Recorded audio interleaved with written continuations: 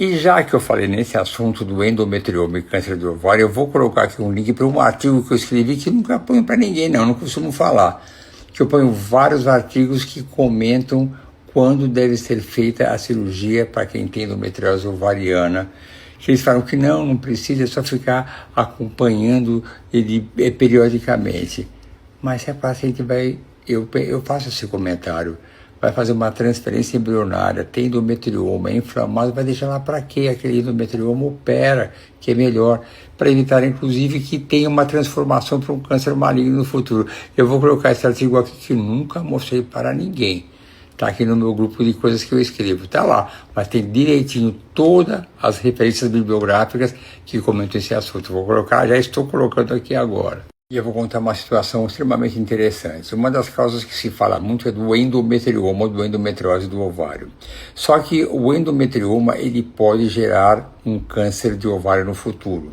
Quem não tem endometriose tem uma chance de 2 em 1000 de ter um câncer de ovário. Quem tem endometriose no ovário tem uma chance de 8 em 1000. Aí fala, não, mas na verdade não muda quase nada, é muito pequena a diferença. É pequena, mas é 4 vezes maior.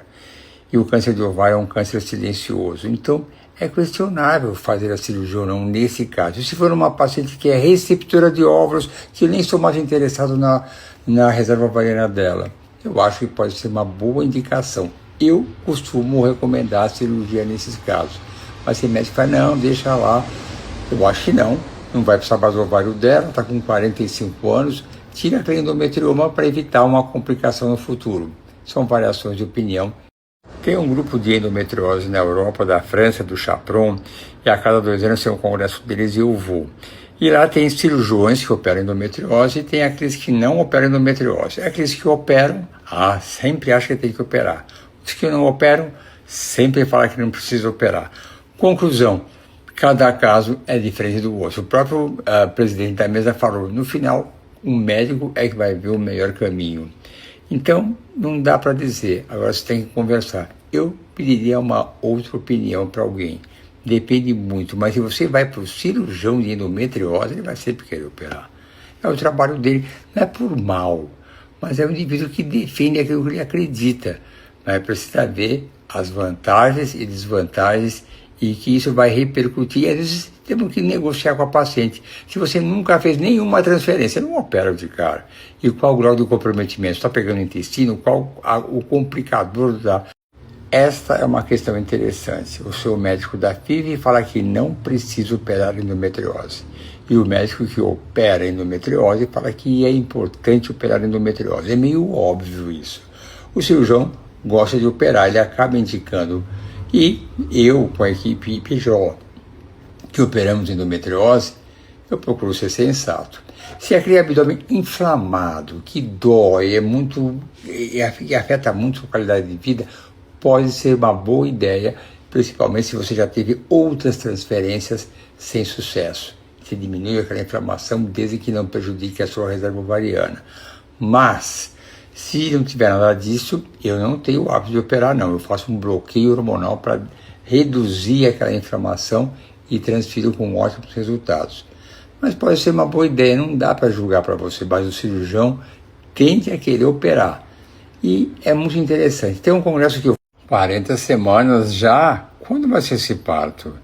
Mas não tem que agradecer, eu sempre falo, repito em verso e prosa, a alegria é minha e de toda a equipe PJ. E, por favor, mande as fotos do seu parto, que nós adoramos, para mim e para a equipe IPJ das enfermeiras, que todo mundo ama. Não é só as enfermeiras, as meninas da recepção, todo mundo adora isso tudo. Um beijo e aguardo notícias. Pergunta capciosa: se o intralípide é comprovado ser bom para falhas de implantação? Em primeiro lugar, precisa ver se foi bem indicado. Em casos imunológicos, pode ser uma boa indicação, porque o intralípide é um imunomodulador, ele ajuda. Não tem uma comprovação robusta, mas eu uso porque pode ajudar por ser um modulador da parte imunológica. Eu uso com alguma frequência e acho que pode ajudar, mas tem as indicações precisas que eu indico o uso do intralípide. Ainda bem que o fim de agosto já está quase chegando e eu vou estender um tapete tapete vermelho para a sua princesa, que é linda, linda, linda, linda.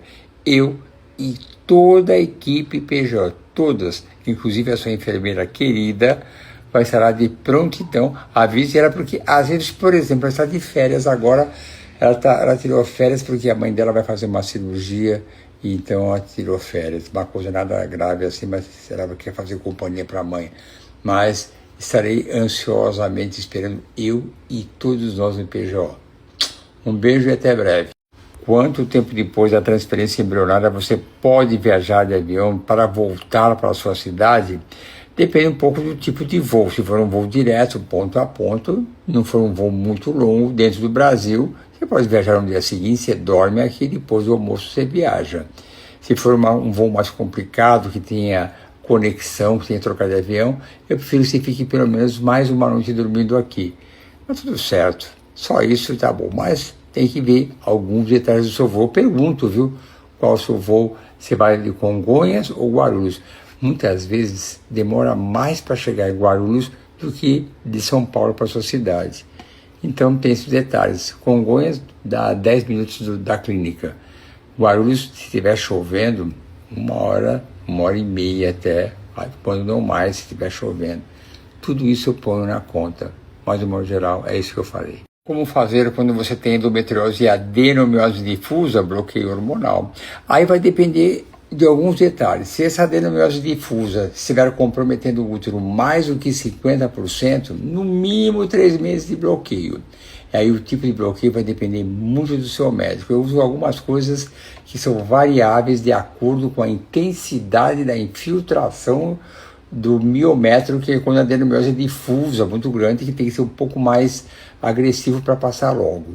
Mas tem que cuidar, porque a adenomiose é responsável por aborto tranquilamente. Tem que tratar a adenomiose difusa? Tem. O tempo de tratamento vai depender do grau de comprometimento do seu útero. Endometriose não é um grande problema, mas como a endometriose é uma doença inflamatória, com bloqueio já melhora também essa inflamação da endometriose. Mas tem vários protocolos para quem tem adenomiose. Portanto, os desfechos obstétricos lá podem ser ruins porque não tem os cuidados precisos que nós temos aqui. Estou falando de consultório particular, um pré-natal de boa qualidade. Mesmo medicina pública muitas vezes é melhor do que a gente imagina. Você observa isso. Então, eu não tenho esse fanatismo pelo ciclo natural, natural modificado. Eu gosto do natural e o natural modificado porque a paciente toma menos remédio, aí é mais confortável para ela. Eu faço o natural e o natural modificado de boa e gosto também porque é menos medicação. Mas quando eu desfecho, não. Agora depende muito do seu médico. Ele pode esperar você menstruar, voltar ao normal e faz o natural ou o natural modificado, ou você bloqueada mesmo daquelas ingestões. É meio castigo isso. Tem que conversar com ele, mas pode esperar e vai depender muito do seu grau da sua adenomiose, se é esse o seu problema ou outros semelhantes. Continuando, essa história que o ciclo natural ou ciclo natural modificado evita desfechos obstétricos complicados quando comparados àqueles ciclos bloqueados, é uma coisa que eu nunca observei isso. E olha que no PJ, muitas das pacientes que fazem fertilização comigo, que tiveram adenomiose, eu bloqueei, têm um pré-natal tranquilo, são todas muito bem cuidadas, não vejo nenhum pré-natal complicado. Eu já tinha observado isso. E agora, nesse congresso de Londres, uma japonesa fez um levantamento de 3.000 casos de grávidas, comparando quem fez o bloqueio, estava bloqueada, e quem fez o ciclo natural ou natural modificado. E ela mostrou que não teve nenhuma alteração no desfecho obstétrico, pelo menos no tocante à hipertensão arterial, o que concorda comigo exatamente. É que muitas vezes as pessoas falam isso comparando com a obstetrícia lá da Europa, que é uma medicina pública muito mais ou menos, não estão tão bem. Essa é uma outra pergunta interessante. Você está bloqueada e me pergunta se é necessário já fazer o preparo endometrial em seguida ou pode esperar vir a menstruação. Se você está bloqueada porque tem adenomiose, você tem 2 caminhos. Você pode esperar vir a menstruação, passa o bloqueio e tenta o ciclo natural ou natural modificado, é uma opção sua. Se você não quiser perder o bloqueio, você pode dar uma estimulação ovariana injetável, um pouco sacrificado, aí você não perde o bloqueio. Se for o seu desejo de fazer um ciclo natural ou natural modificado nesse caso. E aí você vê o grau da adenomiose, você tem o risco de voltar à adenomiose porque perdeu o bloqueio. É uma coisa para você conversar com o seu médico, mas não é obrigado não fazer a transferência com você bloqueado em seguida. Talvez seja um pouco mais sensato e mais simplificado. Essa história do ciclo natural, que é muito melhor, olha, nesse congresso de Londres também já mostrou que não é, que é melhor. E digo para você mais uma coisa muito interessante. Esse é o questionamento mais atual para o momento da medicina reprodutiva. Essas aneuploidias ou monossomias parciais ou segmentares. Todos esses casos eu peço para consultar o geneticista da clínica, porque ele vai dar uma orientação se vale a pena transferir ou faz uma rebiópsia. Então, eu não tenho como te responder isso agora, se transfere ou não transfere. A minha recomendação é consultar o geneticista da própria clínica, que tem uma experiência, porque ficou muito comum essas dúvidas, até que ponto esses embriões devem ser descartados. Não, tem muitos embriões que podem ser transferidos ou até fazer uma nova biópsia. Eu tenho um caso de uma paciente de 45 anos, deu uma alteração semelhante a essa, rebiopsiou e o embrião é euploide aos 45 anos. Não transferi ainda, mas foi rebiopsiado e o embrião viável. Portanto, consulte-o. 46 anos, uma ótima reserva ovariana. Qual o melhor caminho? Óvulos doados. Claro, se você me perguntar, mas será que não tem nenhuma chance com meus óvulos? Sempre tem, mas é pequenininha. Eu tenho grávida que ficou grávida com os próprios óvulos com 46 anos, mas é muito raro. Eu lembro desse caso, e tem mais uma, são casos raríssimos em milhares. Você pode tentar, mas a recomendação para você é o uso de óvulos doados. É maravilhoso, encaixa muito bem.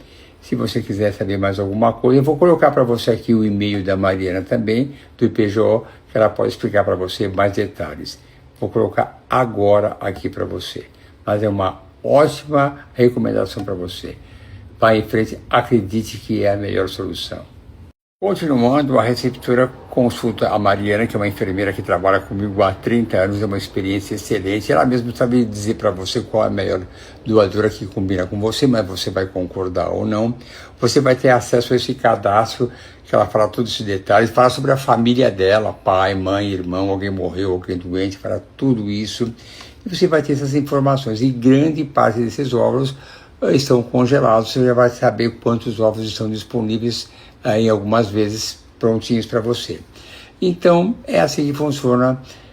Nós mostramos para você as possíveis doadoras. A Mariana é uma enfermeira super experiente, ela vai mostrar para você, ela sabe qual é a doadora que é compatível com você, mas é lógico que a decisão final é você, seu marido, como for a condição, que vão decidir. Mas é assim, se quiser saber mais informações, liga para o IPJO e fala com a Mariana, porque é ela que mostra as doadoras. Nós, médicos, avaliamos do ponto de vista... Você tem 47 anos, uma ótima reserva ovariana, mas a indicação para você nessa fase da vida é sim ovodoação. Lá no IPJO, as nossas doadoras são avaliadas por nós médicos. Nós avaliamos o potencial reprodutivo, a idade dela, pedimos todos os exames que pediríamos para qualquer pessoa que queira engravidar, e avaliamos a sua maneira de conversar, a sua intelectualidade. E depois ela preenche um cadastro que ela se autodescreve, vigiada por uma enfermeira. Cor do cabelo, dos olhos, da pele, estrutura física, estatura, como é a vida dela, qual o trabalho que ela faz, como é que ela se diverte. A gente pede para escrever um texto para a possível receptora, para ter uma ideia melhor como é o jeito dela. Ela dá uma fotinho de criança e o tipo de sangue tem que combinar com a paciente receptora. E aí tem alguns exames complementares que podem ser solicitados pela receptora se ela desejar, como, por exemplo, um exame de compatibilidade genética, um exame de... Você quer saber a minha opinião do seu caso? Você tem um blastocisto 4AB, ótimo, muito bom. Foi para a biópsia, mas não tem um resultado ainda. E passou para a inteligência artificial de Maia, que deu uma nota determinada para o seu embrião. Antes de mais nada, deixar bem claro que a inteligência artificial é excelente e a Maia é muito bom também. Ele tem uma acurácia muito boa. Mas o que acontece é que a inteligência artificial, ele dá um ranking do embrião, qual é melhor e o que é pior. Não é uma coisa assertiva. Se você tiver um embrião euploide, o 4AB é um excelente sinal. Se o critério de Maia é um pouco mais baixo, isso quer dizer que ele tem uma chance que não é tão boa se essa notinha fosse maior. Tenha fé. Mas eu gosto muito da inteligência artificial, nós usamos a inteligência artificial, mas eu deixo bem claro, é um ranqueamento do ótimo, do excelente, do biópsia do endométrio. Quando a paciente está bloqueada, não dá para fazer porque está careca o endométrio, não cresceu nada, não tem endométrio, como é que eu vou biopsiar, como é que eu vou retirar a célula? Mas eu posso fazer, em algumas situações especiais eu faço. A paciente está bloqueada, eu preparo aquele endométrio como eu fosse fazer uma transferência embrionária. Eu dou estradiol uns 10 dias, eu dou a progesterona por mais 5 dias e faço a biópsia quando ela bloqueia. Fiz a biópsia, para a medicação, desce a menstruação e ela continua bloqueada. Sem esse preparo não dá para fazer, porque o endométrio está tão fininho, como é que você vai fazer? Vai raspar, não vai sair nada e pode até prejudicar o endométrio. Não dá. Preparando, dá sim, e eu faço isso vez ou outra, porque tem que ser, não tem outro jeito. Perfil das citocinas é uma das causas imunológicas importantes para falhas de implantação. Quando você vê se aquele endométrio tem um perfil pró-inflamatório ou anti-inflamatório. Se ele estiver alterado para pró-inflamatório, tem que tratar. Eu tenho pedido quase de que rotineiramente para as receptoras, porque elas já estão exaustas, cansadas, eu já ponho para evitar falhas de implantação. Mas eu trato sim. Não peço para todo mundo, se for uma jovem, vai fazer a primeira vez, eu comento, eu dou um e-book que eu falo sobre isso, mas eu não ponho como uma escolha muito obrigatória, mas eu acho que ajuda. Eu acredito em causas imunológicas, não é uma rotina, mas eu avalio muito bem. Não é só citocinas, eu peço o quilo, eu peço o perfil imunológico do endométrio, que pouca gente pede. Mas eu gosto de avaliar o perfil imunológico.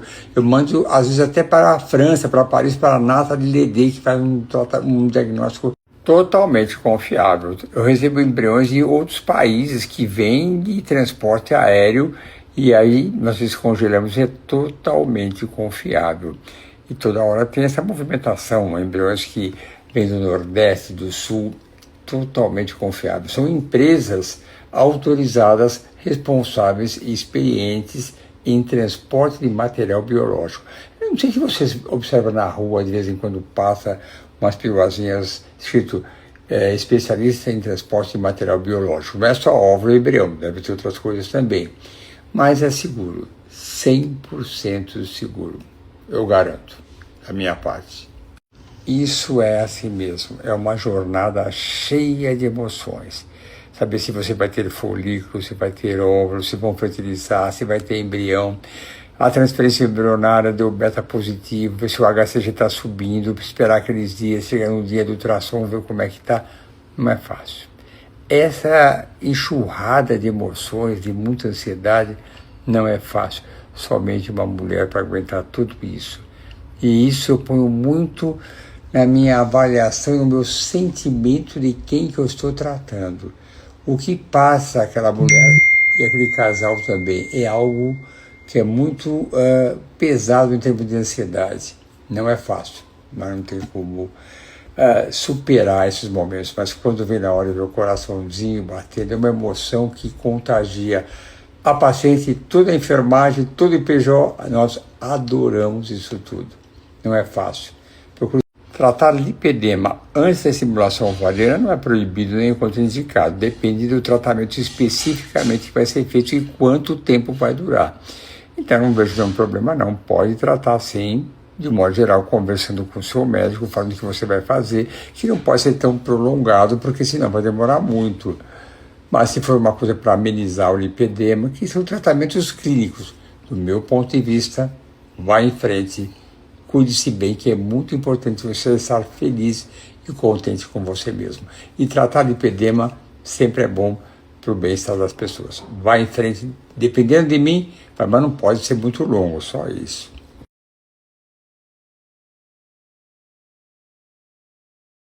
Eu já vou colocar aqui um link sobre o que eu já escrevi sobre o GH e o GH longo, que é melhor de 60 dias. Mas eu já mudei, mas ainda não sei se já mudaram no site, porque eu ponho um link do site. Que lá eu botei um adendo, que antes eu falava que sempre era 60 dias era o melhor. Aí eu mudei, a gente muda de ideia, eu mudo toda hora.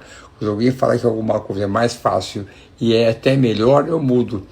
Eu pedi para mudar, mas não sei se já mudaram. Mas eu vou colocar o link do GH que eu falo no site. Se não mudar, não vai mudar em breve, porque eu já pedi. E já eu mesmo modifiquei, só pedi para encaixar lá. Mas é uma opção que estou colocando aqui agora para você o link. Sim, o GH, o hormônio de crescimento, pode melhorar a qualidade dos óvulos, porque ele estimula as mitocôndrias. Para quem não sabe, existem 3 protocolos para você dar o GH.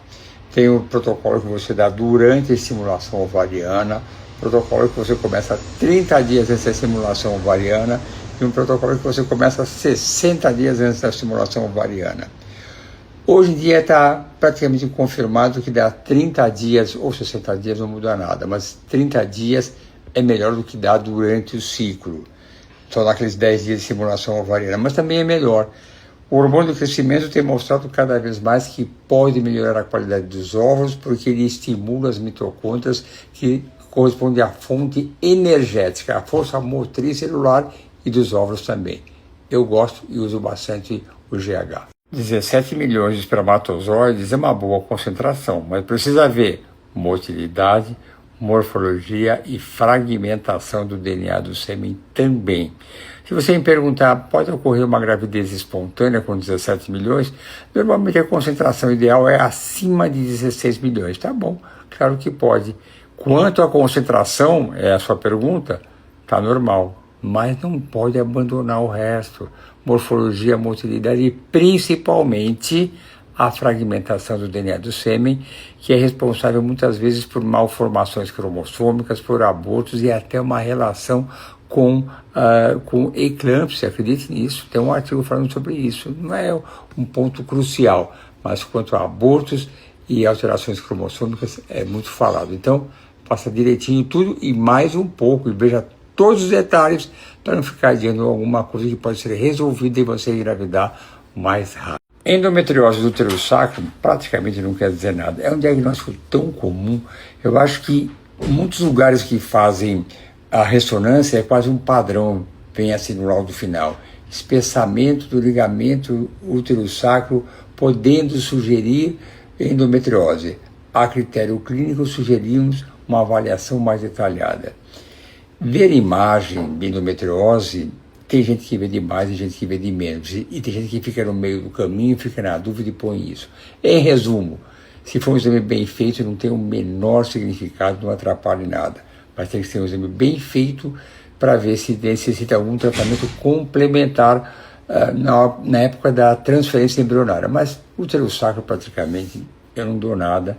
Eventualmente, eu dou alguma coisa anti-inflamatória, suplementação, uma alimentação no máximo, mas de modo geral não. 2 detalhes, se a AstraZeneca de 15%, a princípio não é tão alto, é claro, como eu sempre falo aqui, tem que ver a CD56, 16, 163, para ter uma ideia mais concreta de qual é o perfil real da sua AstraZeneca. E quanto à fase da estimulação ovariana, não tem importância nenhuma. O que tem importância, o desequilíbrio, esse é o termo correto da AstraZeneca, é na implantação embrionária.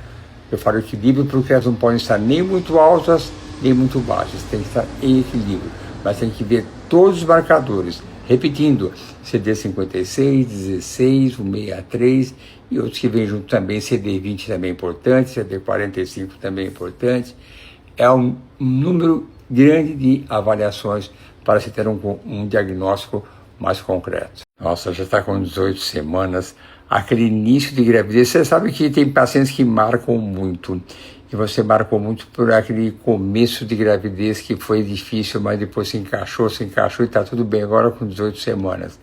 O tempo passa com rapidez e eu me pergunto, já com 18 semanas? Foi outro dia que você ficou grávida, que estava no comecinho da gestação?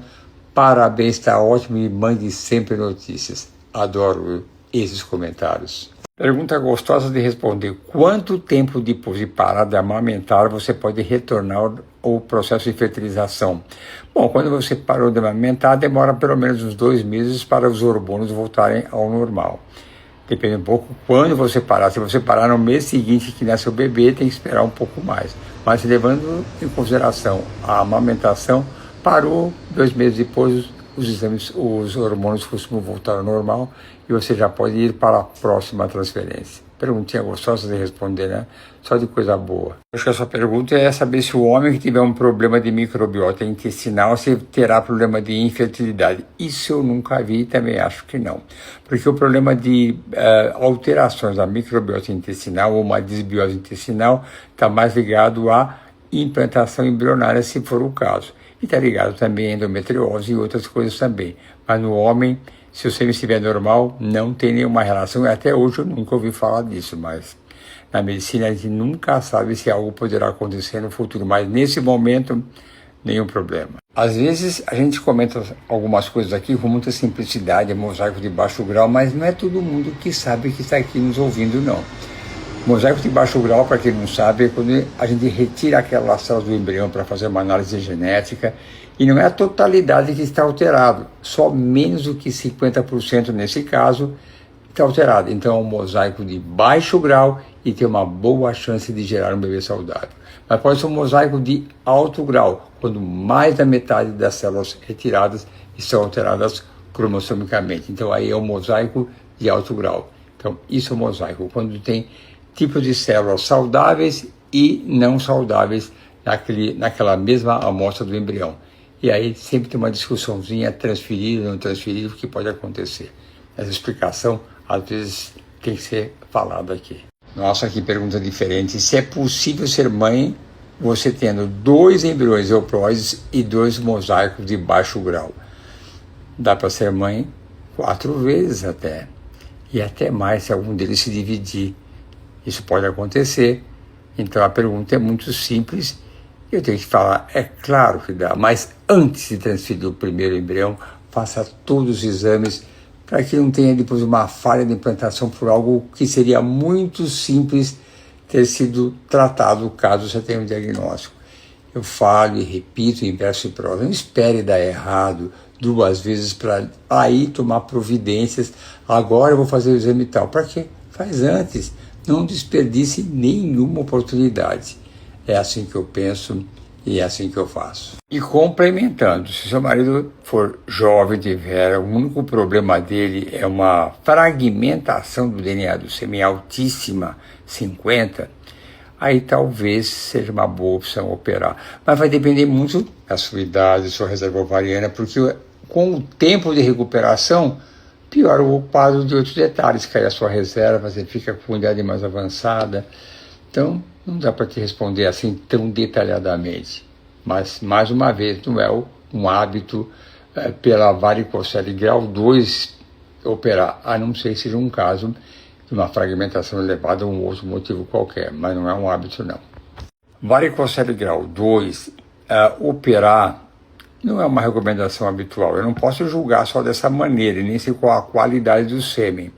Se você for uma mulher jovem, com uma boa reserva, ele tiver um sêmen que tenha uma alteração importante, pode ser, porque você tem tempo de esperar a recuperação, que muitas vezes demora de 6 meses até 1 ano para recuperar. E algumas vezes até piora algumas coisas. Pode ser, não é habitual indicar cirurgia de varicocele quando tem grau 2. 3, aí pode ser uma indicação, mas tem que se ver qual é a vantagem, porque às vezes não tem vantagem nenhuma, não vai levar nenhuma melhora no resultado. E tem uma história também muito interessante, que chegou uma consulta a primeira vez, faz um mês e meio mais ou menos, que eu pelo varicocele também ficou pior. Eu nem falei nada, porque não estava horrível, não estava ruim, mas piorou o pelo varicocele. E eu vou contar uma coisa extremamente interessante. Quando começou essa possibilidade de usar sublingual, eu mandei manipular, aliás é muito importante ter o laboratório certo que manipula de maneira adequada, tanto faz o filme como a cápsula. E eu falei, será que isso é ruim? E eu mesmo experimentei. Na hora eu botei o filme, eu achei que ficou um gostinho amargo, mas sutil, que eu acho que dá para passar tranquilamente com alguma coisa, você põe na boca ou tomar alguma coisa. A cápsula de tapioca é um pouquinho mais demorada para dissolver, mas não é nada ruim não, mas eu acho melhor, porque se é para usar na hora do almoço, pelo menos 200 miligramas, 100 miligramas é muito pouco, já que a gente usa níveis de 1.200 miligramas e algumas vezes até mais.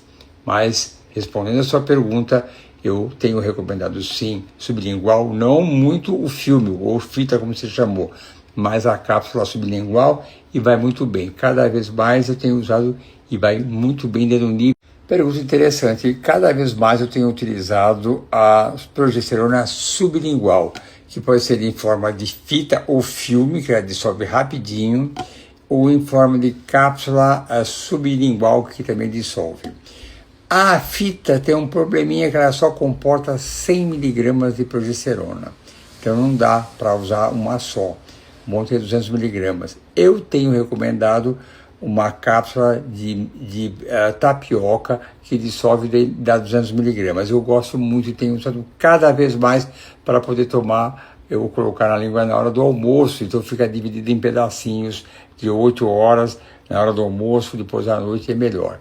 Eu acho que pode sim substituir a injetável, eu tenho gostado muito. Eu tenho preferido a cápsula sublingual, mas o filme é bom, dissolve mais rápido, mas tem que colocar duas, viu? Porque uma só. Essa questão da motilidade tubar é extremamente importante na gravidez espontânea. As coisas ocorrem da seguinte forma: o óvulo sai do ovário, vai para a tuba, e a tuba tem que ter movimentação para empurrar o óvulo em direção ao útero. E o espermatozoide vem pela vagina, entra no útero, se encontra dentro da tuba, fertiliza o óvulo, forma o embrião, e a motilidade tubar é importante para que aquele embrião vá para o útero e se implanta no útero. Se não tiver essa motilidade, o óvulo pode não ir para frente, não se encontrar com o espermatozoide, e ainda é pior. Se houver a fertilização, o embrião pode ficar estagnado na tuba e aí vem a gravidez tubária. Não é uma coisa que impede, mas corre um grande risco de ter uma gravidez tubária e as suas complicações. É uma das indicações de ou cirurgia ou fertilização in vitro por esse motivo. Aí tem que conversar com o paciente, dependendo da idade, reserva ovariana e outros fatores. Eu entendo perfeitamente. Se você tem um único embrião, será que esse exame não pode dar alterado? E na verdade não era, mas você tem que ter ciência que pode ter um risco de ter alguma alteração. Mas você define, eu não quero fazer biópsia, não faço. Toda hora eu tenho casos de pacientes que não querem fazer a biópsia. E algumas vezes elas fazem, está alterado, ela me pergunta, será que não pode estar saudável? Será que não tem algum erro? Mas eu já falo sempre antes, existe sim possibilidades de falso positivo. É meio complicado. Normalmente eu recomendo biópsia embrionária com pacientes acima de 38 anos que têm histórico de abortos ou alguma alteração cromossômica no homem ou na mulher. São essas situações e algumas outras específicas. Mas se você não quiser fazer, não faça, você tem que assumir os possíveis riscos. Pergunta interessantíssima. Você quer saber se pode não ser feita a biópsia embrionária em uma paciente que tem 39 anos? É claro que não é obrigado a fazer. É extremamente interessante. Eu tenho pacientes com 41 anos que não quiseram fazer.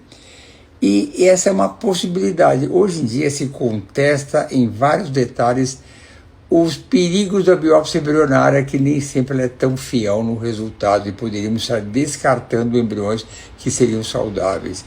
Ficou muito falado sobre as aneuploidias segmentares, que tem alguns embriões que poderiam ser transferidos. Está meio em ebulição esse assunto agora. Mas se você tiver consciência de todos os fatos, dos riscos, e eu não quero fazer, eu não faço. Eu entendo perfeitamente. Tem um capítulo meu que eu coloco dentro de biópsia embrionária, que é Castelo de Areia, que mostra tantos quantos embriões você imagina. Você pegou um ponto importante que também já falei, é desse congresso também, já escreveu um artigo também aqui, que é a microbiota seminal. Ninguém pede isso. Mas eu já tenho um contato de um laboratório que faz, e já começamos a fazer a avaliação da microbiota seminal, que é aquela alteração desequilibrada das bactérias normais, que são lactobacilos, que devem povoar o sêmen.